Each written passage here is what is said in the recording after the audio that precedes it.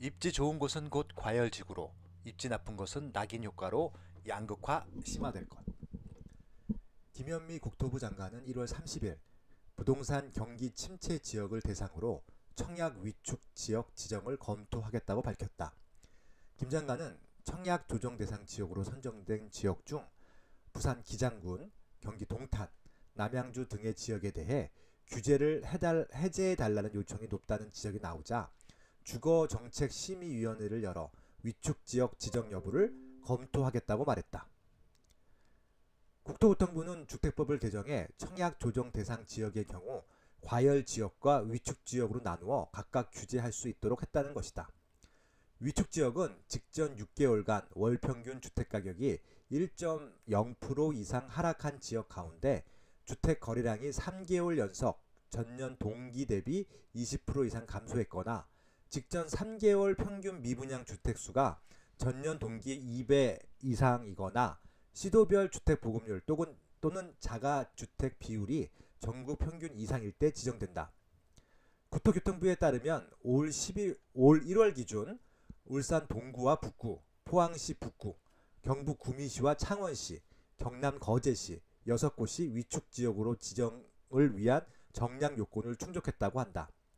위축지역이란 지난해 주택법 개정으로 도입된 조정 대상 지역 중 하나다.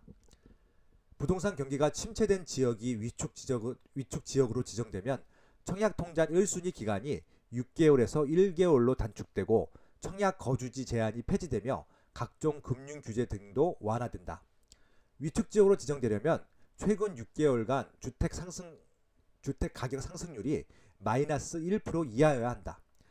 2017년 7월부터 12월까지 집값 상승률이 마이너스 1% 이하인 곳은 울산 동구, 울산 북구, 포항시 북구, 구미시, 창원시, 거제시 등이다. 주소업 불황 등의 영향으로 지역 경기가 전반적으로 침체된 곳이다.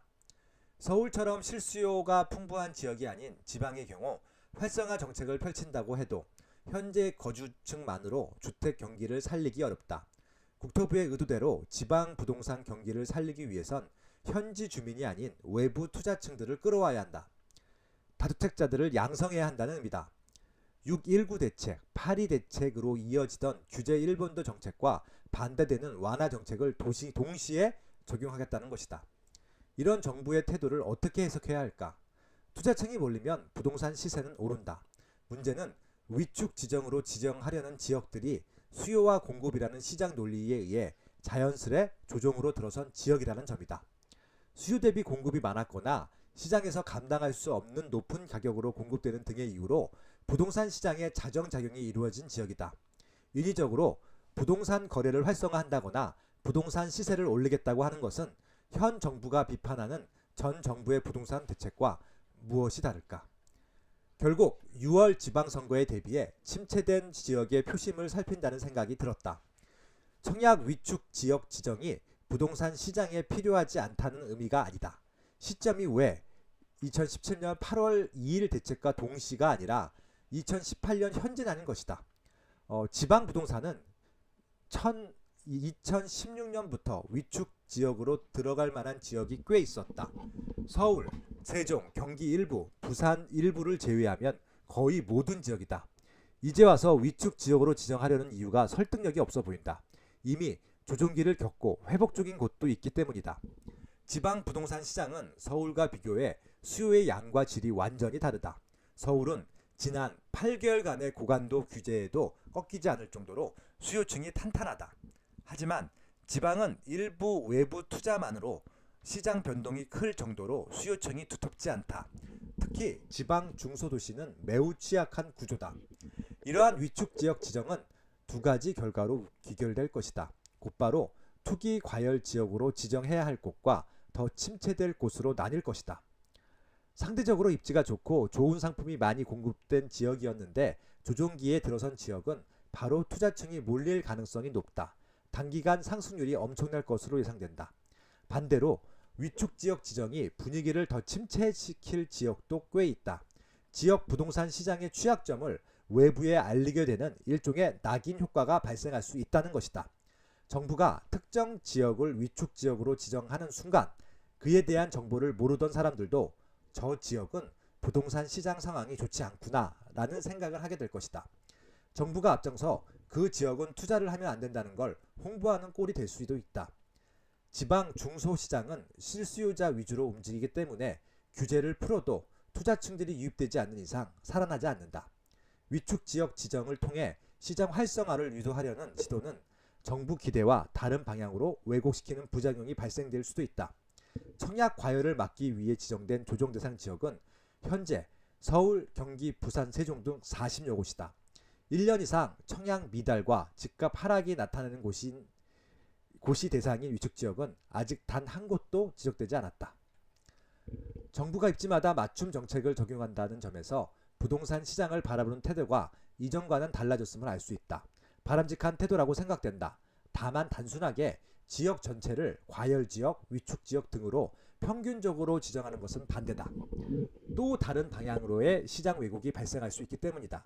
현재 서울 25개구는 모두 투기 과열지구로 지정되어 있다. 현재 정부가 타깃으로 하는 지역은 강남구 등 상위 7개구 정도로 판단된다. 서울에서도 하위 5개구 정도는 오히려 완화 정책이 필요해 보인다. 지방도 마찬가지다. 경기, 인천에서도 시, 군구별로 심지어는 동 단위로 다른 양상을 보이는 지역이 많다. 화성시 내에서도 읍명동 단위로 완전히 다른 시장이 전개되고 있다. 심지어 조정 대상 지역으로 지정된 동탄 신도시 내에서도 반대 방향으로 움직이는 단지들이 나타나기 시작했다. 단순히 과열 지역 지정만으로는 부동산 시장의 정상적인 움직임을 유도할 수 없다. 같은 이유로 현재 대부분 조정을 보이고 있는 지방시장의 경우 위축 지역 지정만으로 부동산 시장의 정상화를 유도한다는 것은 위험한 발생이라고 생각된다. 눈앞에 보이는 시장에만 포커싱된 단기 대책만 세우는 것이 아닌지 우려된다. 지방도 세분화해 봐야 한다. 자체 실수요로 움직이는 지역이 있는가 하면 외부 투자층들이 들어와야 비로소 움직이는 지역들이 있다. 이 차이는 엄청난 차이다. 동일한 정책으로 전국에 동일한 방향으로 조정하려 든다면 동일한 문제가 심화될 뿐이다. 6개월의 변화로 지역을 평가하는 것이 아니라 최소 10년 이상의 변화로 지역을 분석하고 이에 맞는 정책을 펼쳤으면 한다. 지방은 지난 10년 내내 지속적으로 오른 시장이고 서울은 지난 10년 중 불과 3년 정도 오른 시장이다. 게다가 시세도 다른 시장이다. 현재 평균 아파트 시세는 서울이 평당 2,400만원이고 지방은 여전히 1,000만원 전후 시장이다. 입주민의 계층도 다르다. 같은 잣대로 조정하려 하면 할수록 서울과 지방의 왜곡 현상은 심화될 뿐이다. 디테일한 지역형 맞춤 전략이 필요하다.